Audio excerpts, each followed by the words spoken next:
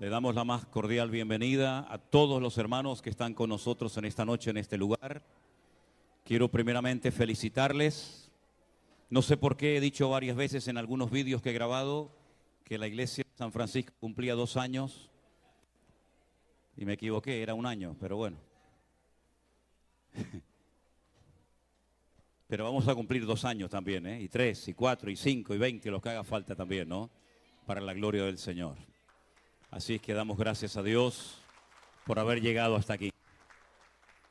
Traigo saludos de Elena, de mi esposa, que no ha podido estar con nosotros en esta ocasión, en la próxima, Dios mediante. Hemos llegado bien, nuestro hermano Armando no ha podido venir, pero me acompaña en esta ocasión nuestro hermano Luis, que es también un miembro de nuestra iglesia. Y él va a estar grabando todo, y Dios mediante lo vamos a después a subir a nuestros canales, que los hermanos que no están aquí, pues puedan también disfrutar juntamente con nosotros.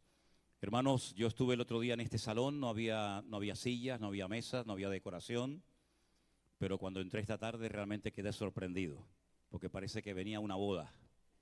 Todo muy bonito, hermoso, los globos, la comida, la verdad que excelente. Y detrás de todo esto, siempre hay hermanas, siempre hay personas que trabajan para dejar todo bonito y todo preparado para nosotros. Yo quiero que le demos un aplauso de reconocimiento a todos los que han trabajado grandemente para poder disfrutar esta noche de este lugar. Gloria a Dios. De verdad quiero felicitarles, hermanos, porque lo importante no es tanto el llegar, sino el mantenerse.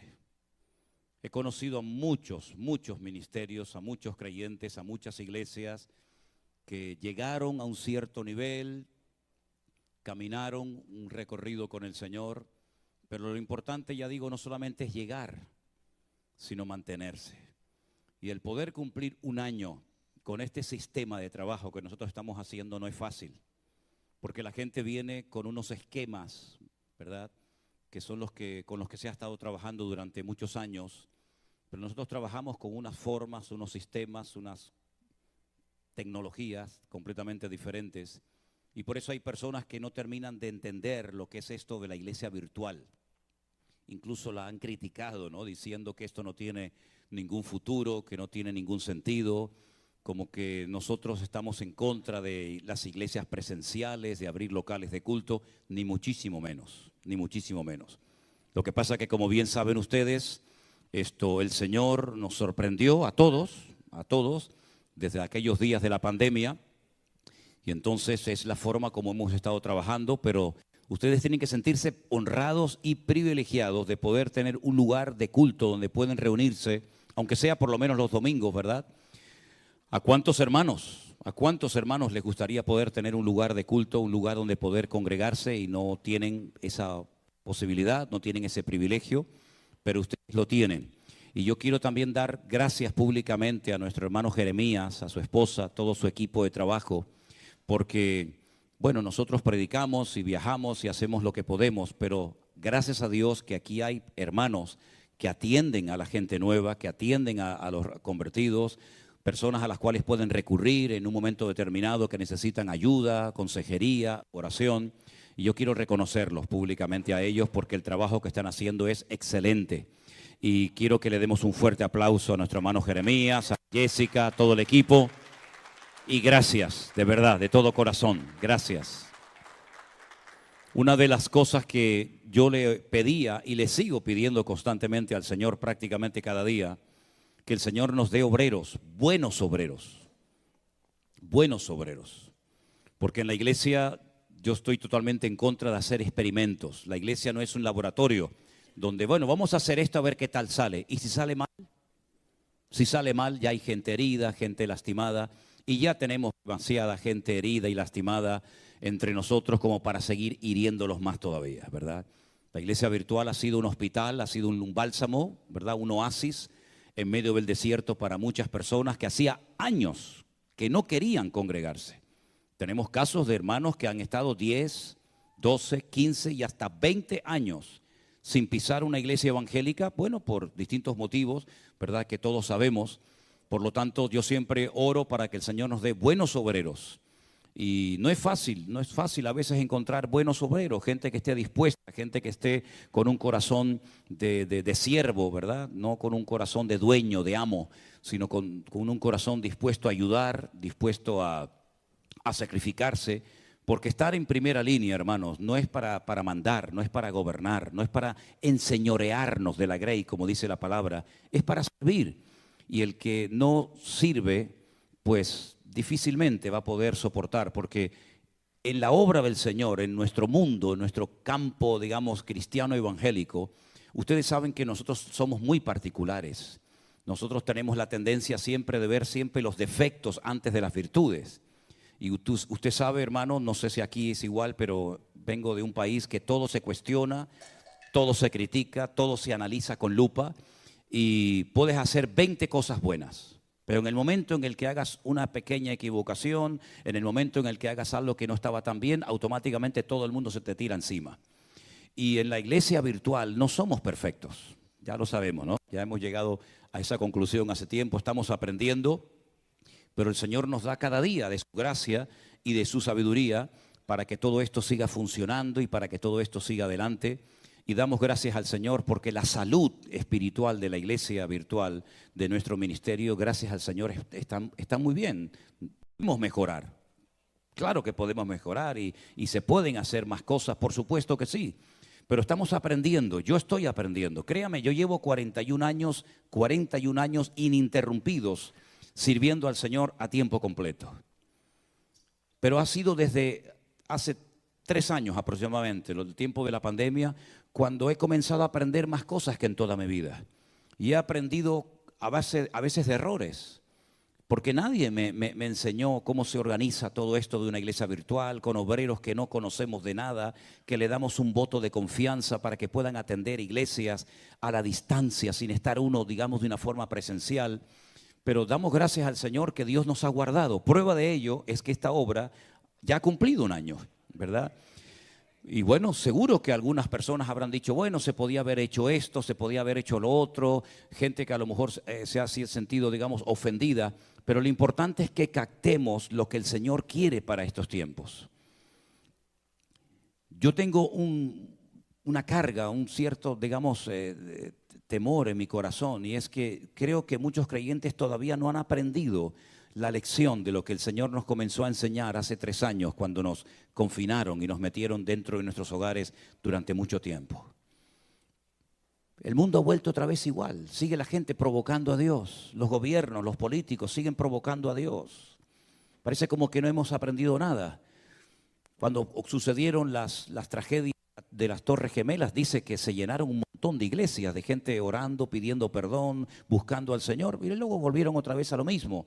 En los días de la pandemia, en los días del confinamiento, exactamente igual. La gente comenzó a buscar a Dios, a leer la Biblia, había un temor que va a pasar en el mundo, si se van a ver un montón de muertos, etcétera. Y había un cierto respeto, parece como que todo eso se ha ido diluyendo en muchas vidas. Y entonces ¿saben lo que va a ocurrir? Que van a tener que seguir viniendo cosas peores. Y van a venir cosas peores. Y la iglesia va a ser sacudida de una forma tremenda. Bueno, me imagino que todos ustedes son conscientes de lo que están sufriendo, por ejemplo, en este momento, nuestros hermanos en Haití, donde sabemos que hay hermanos que han tenido que salir corriendo, dejando atrás todo, su casa, sus muebles, sus recuerdos. Las pandillas le han dado en algunos casos 48, en otros casos 72 horas a los miembros de iglesias, a personas de una ciudad, de un barrio, y si no se marchaban, los mataban. Y está pasando muy cerca de aquí de donde estamos nosotros. Y tarde o temprano la iglesia, si no aprende a humillarse y a buscar al Señor y a dejarnos de perder el tiempo en tonterías, la iglesia va a volver otra vez a ser sacudida, ¿verdad? Y por eso tenemos que aprovechar el tiempo, hermanos. Algunos de ustedes ya tienen en su corazón hace años el deseo de servir al Señor. Pues hermano, no siga dilatando ese deseo y ese anhelo en su corazón. Pídale al Señor que le abra puertas, porque la vida pasa volando, ¿saben? La vida, cuando uno se da cuenta, miras para atrás y dice, Dios mío, se me han ido 40, 50, 60, 70 años de mi vida. Y toda mi vida ha sido trabajar y trabajar y trabajar y comprar y pagar deudas. ¿Y para ti qué he hecho, Señor? Y yo sé que no es fácil que las personas se animen y se levanten para servir al Señor, Pero yo animo a todos y a cada uno de ustedes a que no pierdan el tiempo. Yo sé que hay que trabajar, yo sé que hay deudas que pagar, yo sé que hay hijos, yo sé que hay familias, hay universidades, hay muchas cosas. Pero lo más importante de todo es que el Señor sea lo primero en nuestra vida. Y si no tenemos tiempo para otras cosas, no pasa nada. Pero qué triste cuando me encuentro a creyentes que me dicen, pastor, es que yo no tengo tiempo para estudiar y leer la Biblia. Usted sabe lo que me está diciendo, hermano. No tiene tiempo para leer la Biblia, no tiene tiempo para orar. No tiene tiempo ni siquiera un día a la semana para venir a un lugar a alabar al Señor junto con otros hermanos. Esa es la tragedia de muchos cristianos hoy en día. Y son honestos cuando dicen es que no tengo tiempo, claro, porque se han enredado con tantas cosas que no saben cómo salir de esos esquemas. Pero yo creo que el Señor nos está enseñando y nos ha hablado muy claramente a nosotros de que no podemos perder el tiempo y de que tenemos que poner la mano en el arado y no mirar atrás, porque la vida es corta y se pasa volando. Así que lo que tengamos que hacer, hagámoslo pronto. ¿Cuántos dicen amén? Cierren sus ojos un momentito, vamos a orar a nuestro Dios. Entiendo que hoy es una reunión única y exclusivamente para los miembros de nuestra iglesia aquí en San Francisco y otros hermanos que han venido como nuestro hermano Pablo, nuestro hermano Ali, nuestro hermano Gregorio y otros que han venido, ¿verdad?, de otras partes. Pero queremos que en esta tarde el Señor hable a nuestras vidas y nos ministre y podamos salir de aquí diciendo, hoy el Señor me habló, hoy el Señor tocó mi corazón, hoy tocó el Señor mi vida. Señor, te doy muchas gracias en esta noche por este año que nuestra obra ha cumplido aquí en este lugar, Señor. Gracias porque tú has sido fiel, supliendo todas nuestras necesidades, cuidando de nuestras vidas, dándonos gracia y fortaleza y sabiduría para que tu obra no se detenga por nada ni por nadie. Pedimos, Señor, que en este momento aquí reunidos en torno a tu palabra, tú nos hables, Señor, y podamos salir en esta noche diciendo, hoy mi Señor habló a mi corazón para poder seguir adelante, corriendo con paciencia la carrera, peleando la buena batalla y manteniendo la fe. Ayúdanos, Señor, a servirte, a honrarte y a no quitar nunca nuestra mirada y nuestra confianza de ti. Gracias, Señor. Te lo pedimos todo en el nombre bendito de Jesús. Amén y amén. El libro más antiguo de la Biblia, de los 66 que tenemos, el más antiguo es el libro de Job. Gracias, hermano. Sabemos que nuestras Biblias no están en un orden cronológico. Incluso sabemos que internamente hay libros, por ejemplo, lo pueden notar si ustedes leen el libro de Primera de Samuel, que ni siquiera hay libros que están ordenados interiormente. A la Biblia le pasa exactamente lo mismo.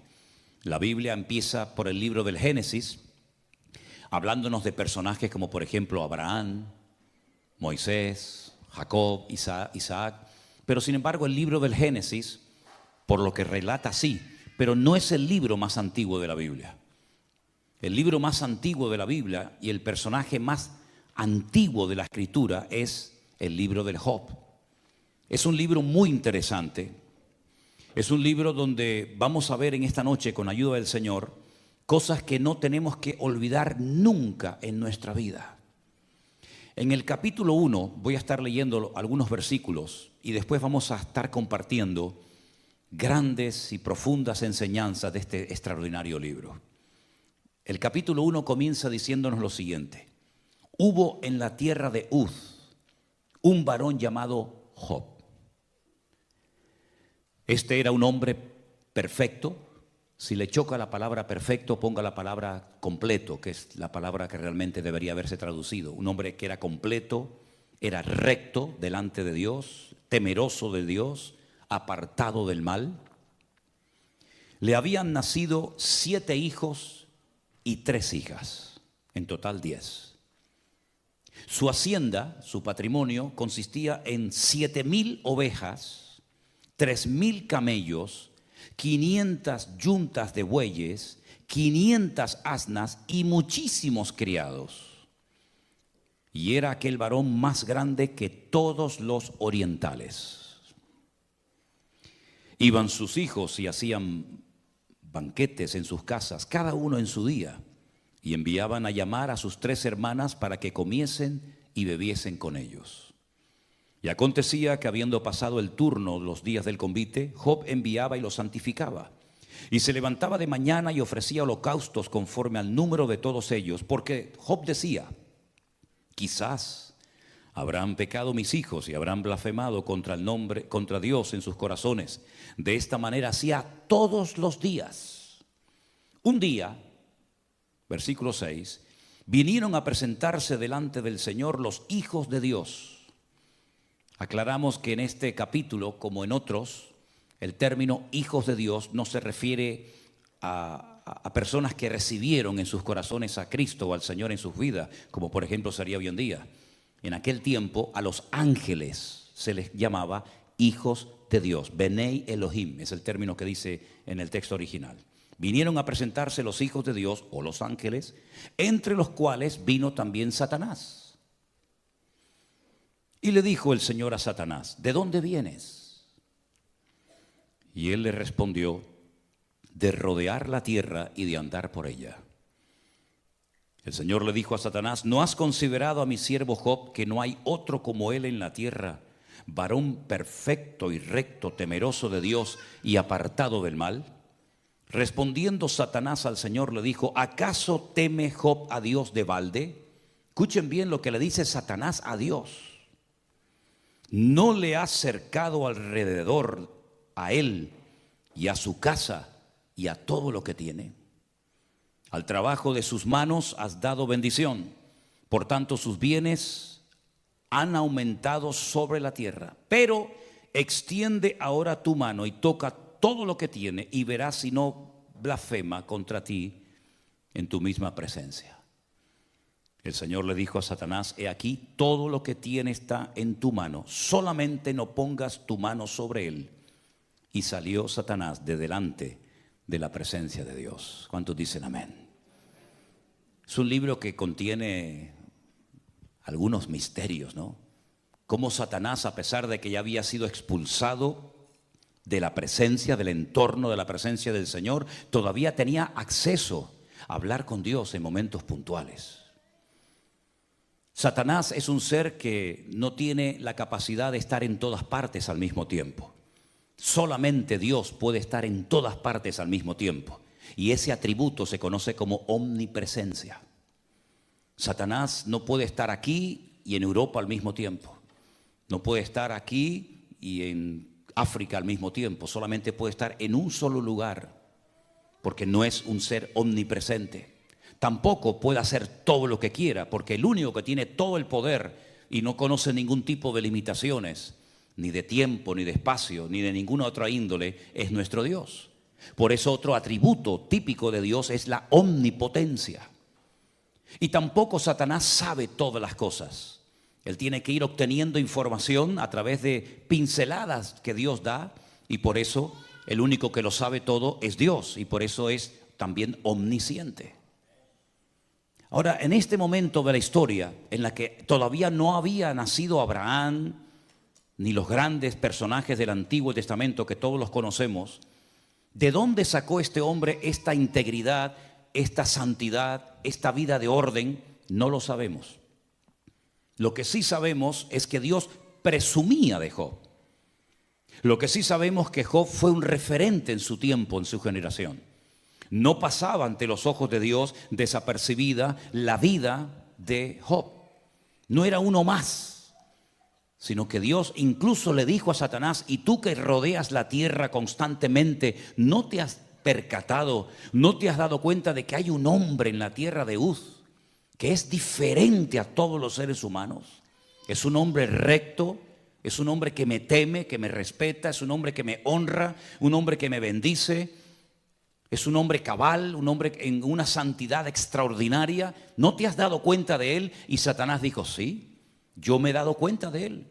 Porque hay personas que le molestan a Satanás. Porque hay personas que Satanás sabe perfectamente que son diferentes a otros. Siempre a lo largo de la historia ha habido maldad, ha habido corrupción.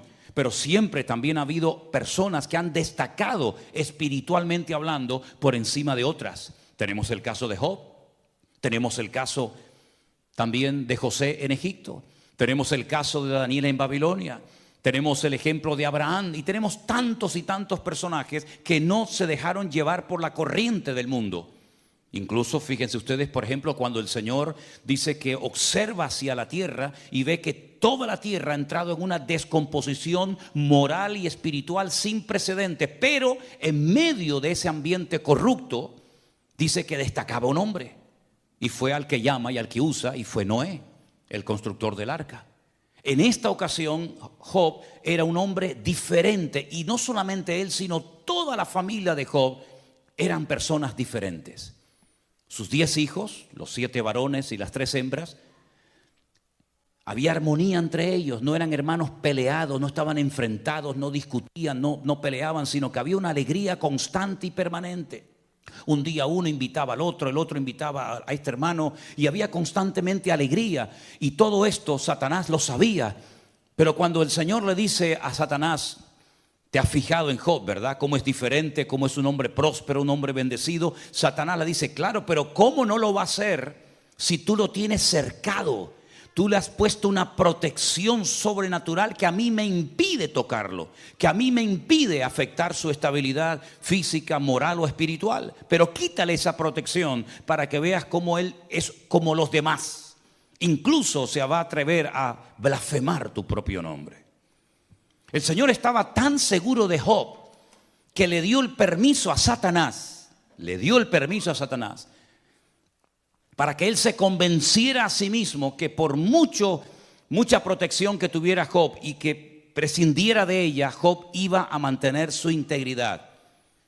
Job se acostó rico y se levantó pobre. Job se levantó un día sin ningún hijo, pero el día anterior los tenía todos.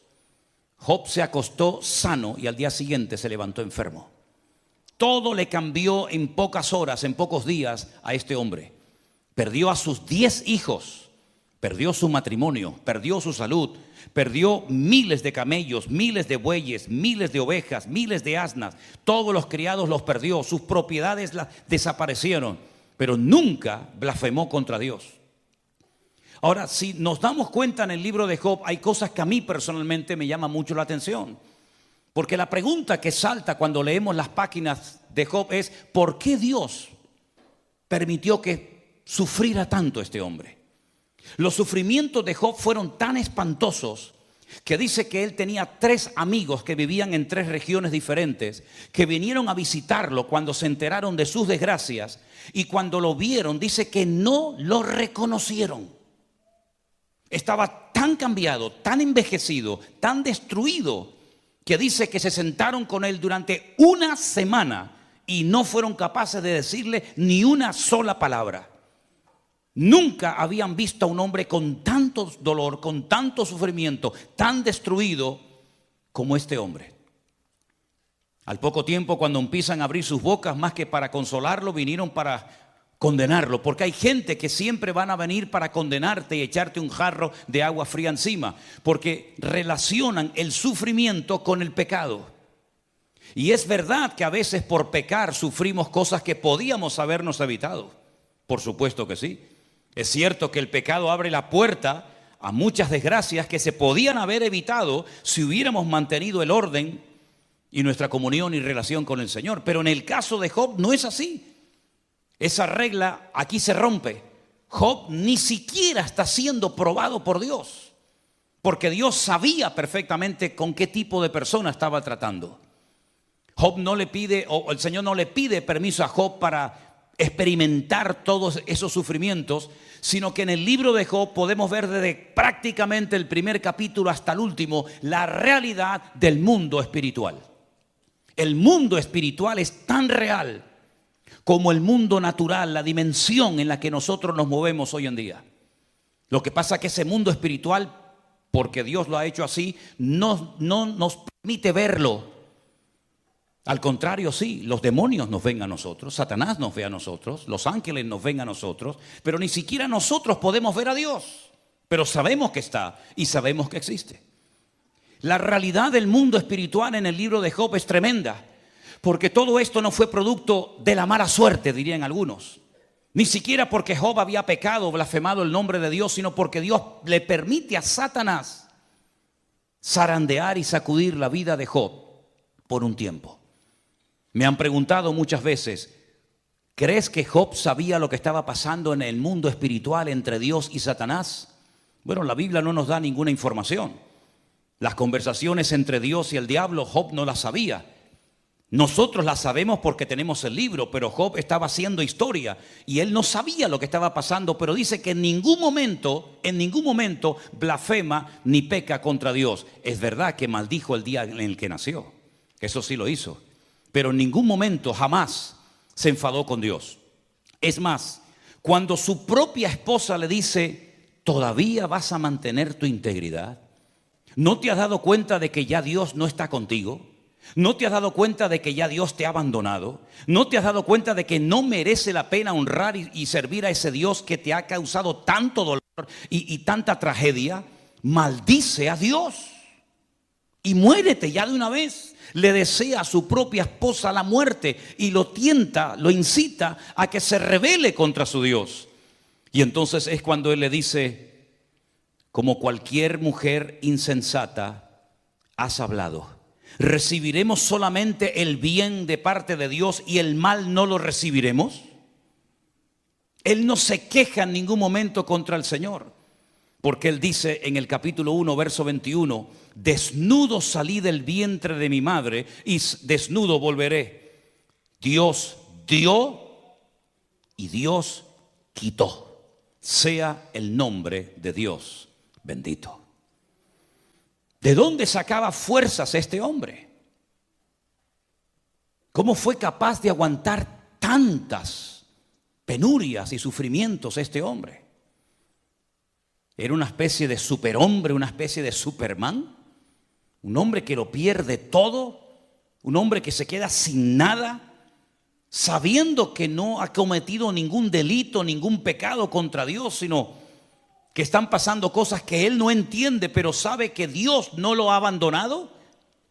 Porque en el libro de Job se pierde todo menos la presencia y la fidelidad de nuestro Dios.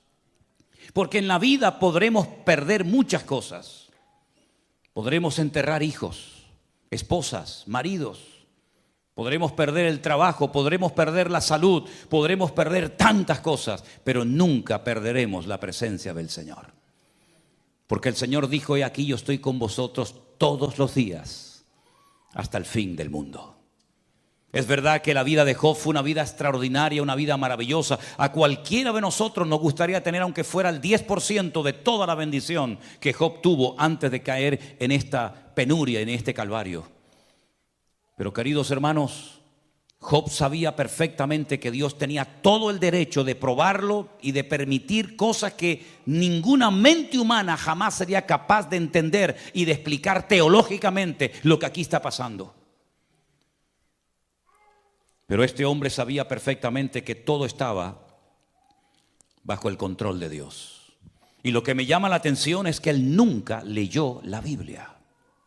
Ni una sola letra de la Biblia se había escrito en la época de Job. Nunca leyó la Biblia. No tuvo ni un capítulo de la Biblia, ni un salmo, nada.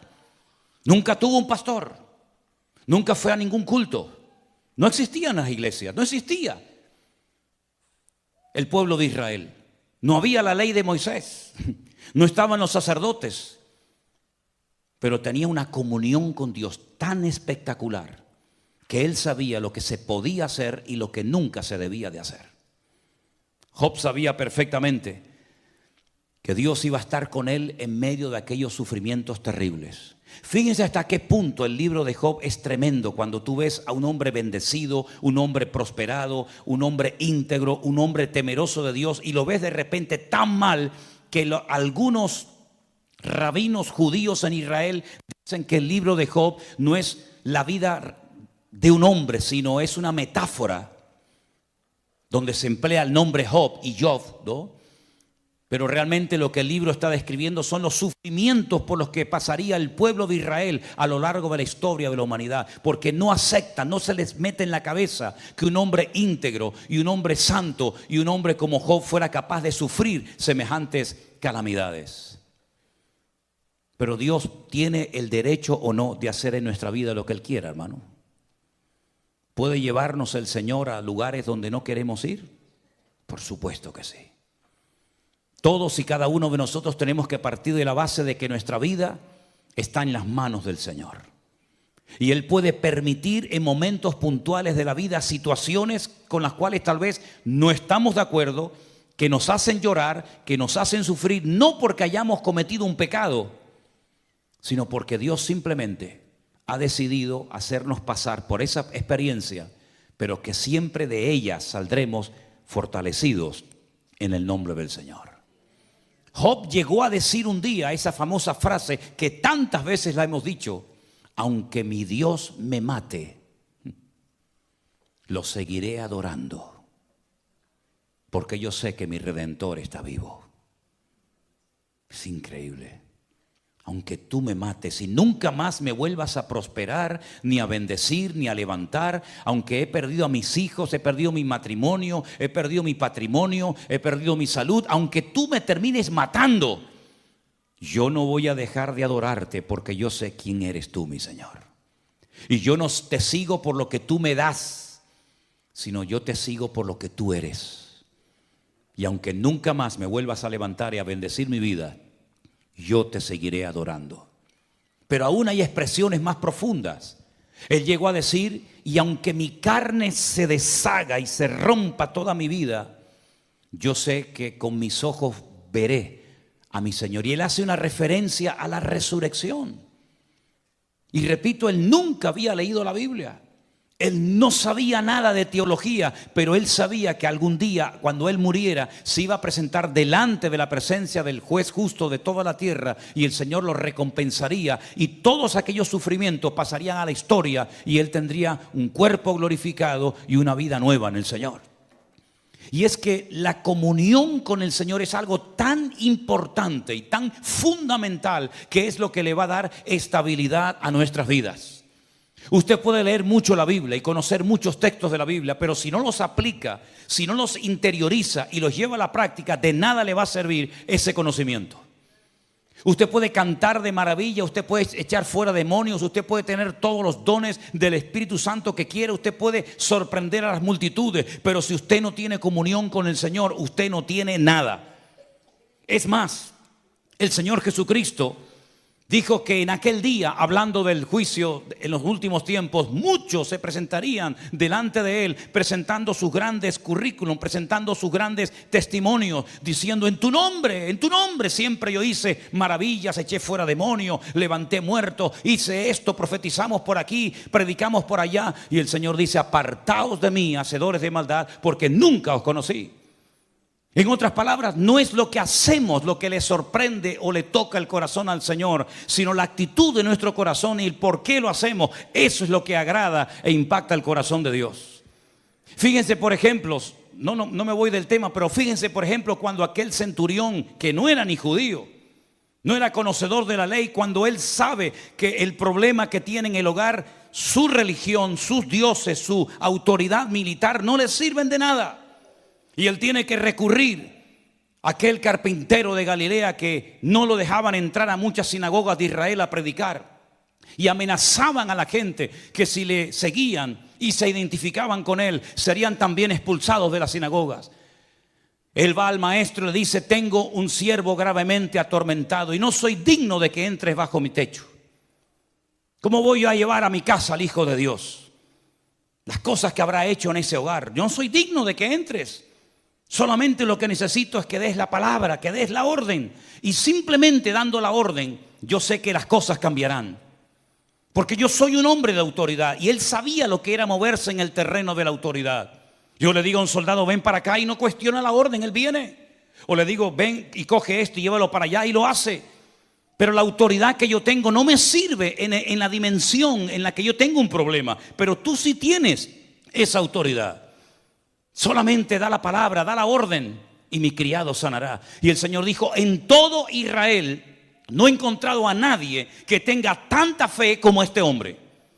A un centurión romano, no a un judío, sino a un gentil, lo alaba públicamente por la tremenda fe que tenía y por el concepto de autoridad tan claro. Y sin embargo, a un discípulo un día le dijo, hombre de poca fe, ¿por qué dudaste?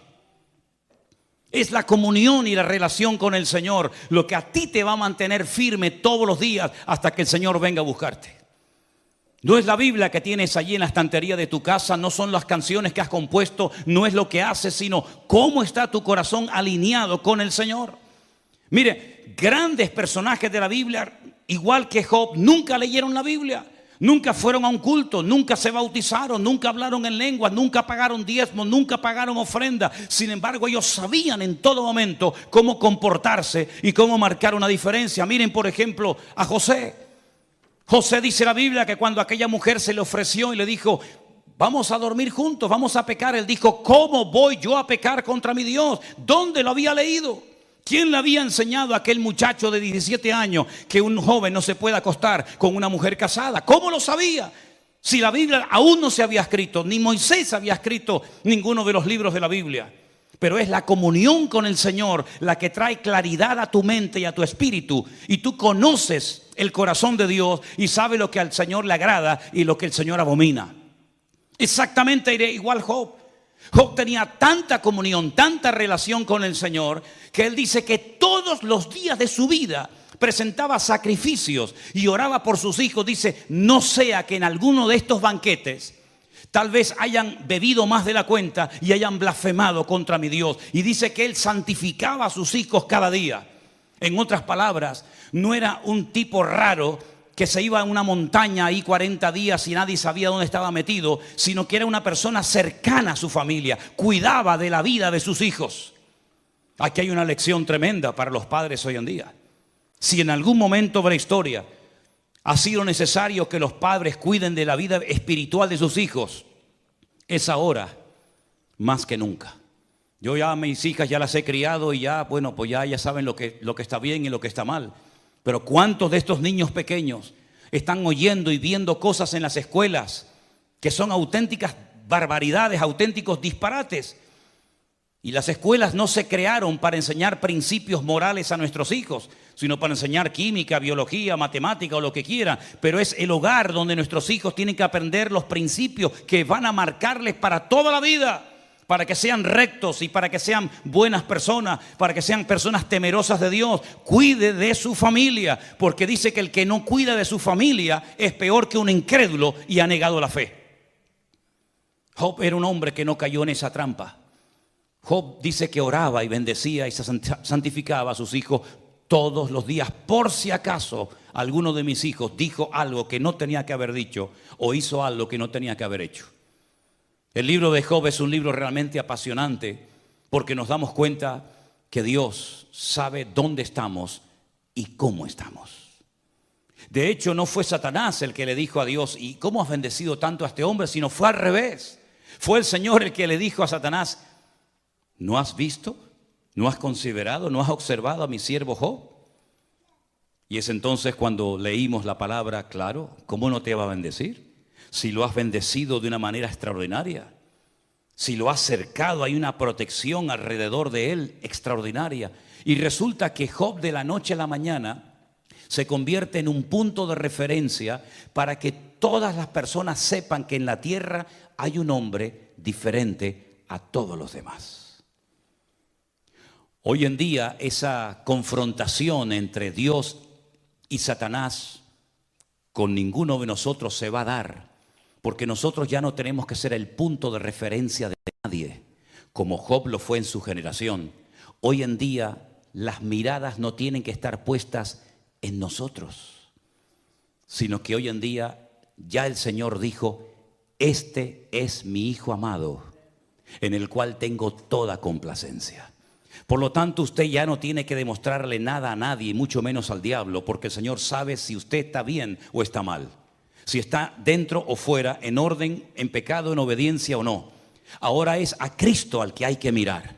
Él es nuestro punto de referencia. No es Abraham, no es Moisés, no es el pastor, no es el diácono, no es fulanito, sino que nuestro punto de referencia y todas nuestras miradas tienen que estar mirando a nuestro Señor Jesucristo, el cual nunca, jamás nos va a dar mal por bien, sino más bien todo lo contrario. ¿Cuántos dicen amén? El libro de Job me impresiona también a mí muchísimo, porque es un libro donde vemos que Dios cuida de sus siervos. Dios cuida de nuestras vidas. El final del libro de Job es extraordinario, porque vemos que a pesar de los tremendos sufrimientos por los cuales este tremendo hombre de Dios tuvo que pasar, al final Dios lo vuelve a bendecir, Dios lo vuelve a prosperar y otra vez todo, digamos, que vuelve no a la normalidad, sino aún mejor que antes. Cuando el Señor permite una experiencia fuerte en tu vida que te hace llorar, que te quita el sueño, que te perturba, hermano, no te quejes nunca. Glorifica a Dios. La Biblia dice que no tenemos que sorprendernos del fuego de prueba que nos ha sobrevenido, como si alguna cosa extraña nos estuviera aconteciendo. El apóstol Pedro dijo: tener en cuenta que los mismos padecimientos, las mismas batallas, las mismas luchas, los mismos sufrimientos los están experimentando nuestros hermanos en todas las naciones de la tierra. El mundo entero, todas las naciones de la tierra van a ser sacudidas. Y lo estamos viendo, hermanos, lo estamos viendo. Nación tras nación está siendo sacudida por el Señor. Pero en medio de este mundo enfermo y loco, donde a veces decimos: Señor, yo no encajo en ninguna parte, y nos sentimos como un pez fuera del agua, nosotros, dice la Biblia, tenemos que ser luminares en el mundo. Nuestros hijos en los colegios tienen que ser niños diferentes. Nosotros tenemos que ser personas diferentes a la hora de hablar, de comportarnos, de actuar, de pensar, de reaccionar. ¿Por qué? Porque tenemos un Dios que ha transformado nuestra vida. Y ya nosotros no vamos a favor de la corriente, sino vamos en contra de la corriente de este mundo. Tal vez te sentirás solo, tal vez te sentirás incomprendido, pero nunca estarás solo, porque el Señor siempre nos acompañará en todo momento y en todo lugar. Y dice el Salmo 23, y quien no lo sabe de memoria, que aunque andemos por valles de sombra y de muerte, no temeré mal alguno, porque tú estarás conmigo. Pero dice algo más que a veces olvidamos: tu vara y tu cayado, ambas cosas, tu vara y tu cayado me infunden aliento. Es decir, cuando me pastoreas y me atiendes y me mimas y me ayudas, yo recibo aliento. Pero cuando utilizas la vara para corregirme, para exhortarme o para sacudir mi vida, también tu corrección me infunde aliento, porque yo sé que el Señor nunca se va a pasar conmigo, sino que aunque ninguna disciplina al tiempo presente parece ser causa de gozo, de alegría, siempre el trato de Dios en nuestra vida siempre va a producir en nosotros un nivel de madurez y un nivel de conocimiento y de relación con el Señor superior al que teníamos antes de haber entrado a ese túnel o a esa prueba tremenda. Finalmente, en el libro de Job, cuando vemos cómo el Señor estuvo siempre a su lado, nos damos cuenta de que el único que nunca nos va a abandonar y a fallar es nuestro Dios. Nunca olvidaré cuando en uno de los viajes que hicimos a Israel conocimos a un matrimonio de aquí de Los Ángeles, que cuando les pregunté a qué iglesia iban, me dijeron: bueno, nosotros íbamos a una iglesia, pero cuando llegó el tiempo del confinamiento, pues como todos, ¿no?, nos encerramos. La iglesia en la que ellos estaban no había ningún tipo de programa, de emisión, de redes sociales ni nada. Y cuando terminó todo, el pastor los reunió y les dijo: bueno, he sentido en mi corazón cerrar la iglesia. ¿Cómo cerrar la iglesia? Sí, no quiero seguir en la obra. Y le dije: ¿y ustedes qué pasó? Dice: bueno, unos nos juntamos en una casa, otros se fueron a otra iglesia, otros no se fueron a ninguna parte. Y yo les dije: ¿y cuántos eran más o menos en la iglesia? Y me dice: éramos 2,000 miembros en la congregación. Digo: 2,000 personas y el pastor cerró la iglesia. Dice: sí, porque no teníamos dinero para pagar los gastos de la iglesia. Digo: ¿y erais 2,000 y no podían pagar los gastos? ¿Y nosotros que éramos 4 gatos y un perro? Y el Señor nos ayudó y nos bendijo y nos prosperó. No es el número lo que nos da fuerza, es nuestra comunión y nuestra relación con el Señor. Podemos ser 50,000, pero 50,000 enfermos, 50,000 descarriados, 50,000 desordenados. Y podemos ser 10 o 12 o 15 o 20, pero bien afinados, bien alineados con el Señor. El Señor es galardonador de los que le buscan y Él no dejará padecer hambre al justo, porque dice David: yo fui joven y ahora ya envejecido, pero nunca he visto un justo que mendigue pan por las calles, sino más bien todo lo contrario. Así que la fortaleza de nosotros no está en el número, no está en la cantidad, sino está en nuestra relación con el Señor. Y ustedes tienen que desarrollar su propia relación con el Señor, porque hoy estamos aquí reunidos, gloria a Dios, y tenemos redes sociales, pero ¿y si cambia todo y ya no nos podremos reunir ni ver más? Y nos quitan las redes sociales y solamente dependeremos de nuestra comunión con el Señor. Hemos crecido y madurado lo suficiente como para soportar el fuego de prueba que sí o sí va a venir a todas las naciones de la tierra.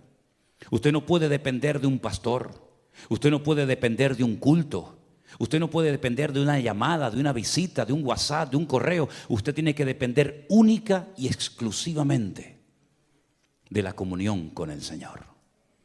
Y hay creyentes como que no terminan de entender esto, siempre necesitan ese estímulo, esa llamada, esa visita. Hermanos, cuando yo era niño, yo hablaba como un niño, yo pensaba como un niño y juzgaba como un niño. Mas cuando ya fui hombre, dejé lo que era de niño. En otras palabras, Dios quiere que crezcamos y que maduremos. Y la única manera de no desanimarse nunca es no depender de nadie, no esperar nada de nadie, pero esperarlo todo de parte de nuestro Dios. Si usted espera algo y no lo recibe, probablemente se desanime y se deprima. Pero si usted no espera nada de nadie, pero usted solamente está conectado a la fuente, a nuestro Señor Jesucristo, usted no va a caer nunca, porque el Señor le va a guardar, le va a proteger y le va a ayudar todos los días de su vida. Le llamen o no le llamen, cuenten con usted o no lo llamen para nada. Usted sabe en quién ha creído, y los que estamos bien firmes y parados en Cristo podremos pasar por luchas, por pruebas, porque mayor es el que está en nosotros que el que viene contra nosotros. Y hermanos queridos, hasta aquí el Señor, podemos decir, nos ha ayudado. Amén. Hasta aquí el Señor nos ha ayudado, hasta aquí el Señor nos ha bendecido, pero todavía hay mucho camino por recorrer. Todavía hay tantas cosas que alcanzar. Todavía hay millones y millones y millones de almas, centenares de personas en el mundo entero que no han tenido el privilegio y la oportunidad que nosotros hemos tenido. Si es tiempo de oír, oigamos. Si es tiempo de hablar, hablemos. Si es tiempo de aprender, aprendamos. Y si es tiempo de compartir, compartimos. Pero aprovechemos toda oportunidad que se nos presente a lo largo de la vida, porque nosotros, yo creo que el Señor nos está usando en este último tiempo para poder orientar, para poder ayudar a tantas personas confundidas, pero que gracias al Señor, muchos de ellos hoy por hoy se han enamorado, se han conectado del Señor y se han enamorado de su palabra. Y eso es lo más bonito que ha sucedido en todo este tiempo. ¿Cuántos dicen amén? Cierre sus ojos un momentito, hermano. Gracias. Cierra tus ojos ahí donde estás. Y primeramente digamos: Señor, gracias porque hemos podido cumplir un año de vida. Gloria a Dios. Algo hemos aprendido, algo hemos caminado. Pero Señor, también entendemos que tal vez en el futuro vendrán pruebas y luchas y dificultades, pero todo esto que hemos aprendido nos ha capacitado y nos ha ayudado a saber cómo afrontar los problemas y circunstancias de la vida. Y hermanos, si alguien aquí esta tarde entre nosotros está pasando por alguna dificultad matrimonial, económica, un problema de salud o de la índole que sea, no apartes tu mirada del Señor. El Señor no te ha abandonado, no se ha cansado de ti, no te ha cambiado por otro o por otra. El Señor tiene todo bajo su control. Y no es ningún pecado llorar No es ningún pecado el sentirte tal vez un día triste y el tener que pedir oración a un hermano. Pero lo que sí queremos es que siempre nuestro corazón esté lleno de gratitud a nuestro Dios. Que siempre le digamos: yo sé en quién he creído. Yo sé que mi Dios está conmigo y nunca me vas a abandonar. Yo sé, Señor, aleluya, que tú eres mi referente y mi punto de referencia. Gracias, Señor, porque hasta aquí nos has bendecido, hasta aquí nos has ayudado. Gracias por todos los obreros. Gracias por todo el trabajo realizado. No hay palabras, Señor, para agradecerte tanta misericordia que has tenido. Oportunidades que nos has dado para aprender, para renovarnos, para crecer. Señor, en esta noche te decimos gracias, aleluya.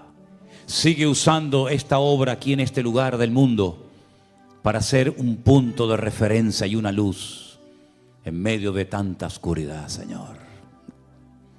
Cuenta con nosotros, Señor, dígaselo a Él. Cuenta conmigo, Señor. Ayúdame a organizarme de tal manera que cada día tenga tiempo para ti, Señor. Guía mis pasos, sosténme, Padre, y ayúdame a caminar cada día contigo, mi Señor. Aleluya. Gracias, amado mío. Nos ponemos de pie, queridos hermanos. Dígale gracias, gracias, gracias, Señor. Dios Todopoderoso, te alabamos y te glorificamos a ti. Aleluya. Tú eres digno de toda gloria y de toda honra, mi Señor. Gracias, Señor, porque tú nos has guiado, has abierto puertas grandes. Gloria a tu nombre, Jesús. Aleluya, aleluya. Te adoramos, Señor. Te adoramos, Señor. Gracias, mi amado Dios. Aleluya. Gracias, Señor. Vamos a cantarle. Rey de reyes, Señor de señores, admirable. Consejero, Dios fuerte, Manuel, Dios con nosotros. El Cordero que fue inmolado, eres digno de tomar el poder, las riquezas, la sabiduría, la fortaleza, la honra y la gloria y la alabanza por los siglos de los siglos. Amén. Vamos, hermano. Rey de reyes, Señor de señores, admirable. Gracias, mi Señor. Consejero, Dios fuerte, Manuel, Dios con nosotros. El Cordero que fue inmolado, eres digno de tomar el poder, las riquezas, la sabiduría, la fortaleza, la honra y la gloria y la alabanza por los siglos de los siglos. Amén. Vamos arriba. Amén. Rey de reyes, Señor de señor, admira. Consejero, Dios fuerte, Manuel, Dios con nosotros. El Cordero que fue inmolado, eres digno de tomar el poder, la riqueza, la sabiduría, la fortaleza, la honra y la gloria y la alabanza por los siglos de los siglos. Amén. Por los siglos de los siglos. Amén. por los siglos de los siglos. Amén. Fuertes aplausos al que vive y a su nombre. Toda la gloria para ti, Jesús. Gracias, Señor. Amén. Amén. Aleluya. Dígale al que está a su lado: el Señor está contigo. No temas. No temas. El Señor está contigo. Dice la palabra del Señor: antes bien en todas estas cosas, en las luchas, en las pruebas, en las dificultades, en las enfermedades, en todo, antes bien en todo esto, somos más que vencedores por medio de aquel que nos amó. Hermanos queridos, Dios les bendiga. Vamos a prepararnos para tener un buen fin de semana bendecido. Vamos a atender a la gente nueva que va a venir en estos días y vamos a ver la gloria del Señor. Dios les bendiga y les guarde. Adelante, mi hermano Jeremías. Bendiciones.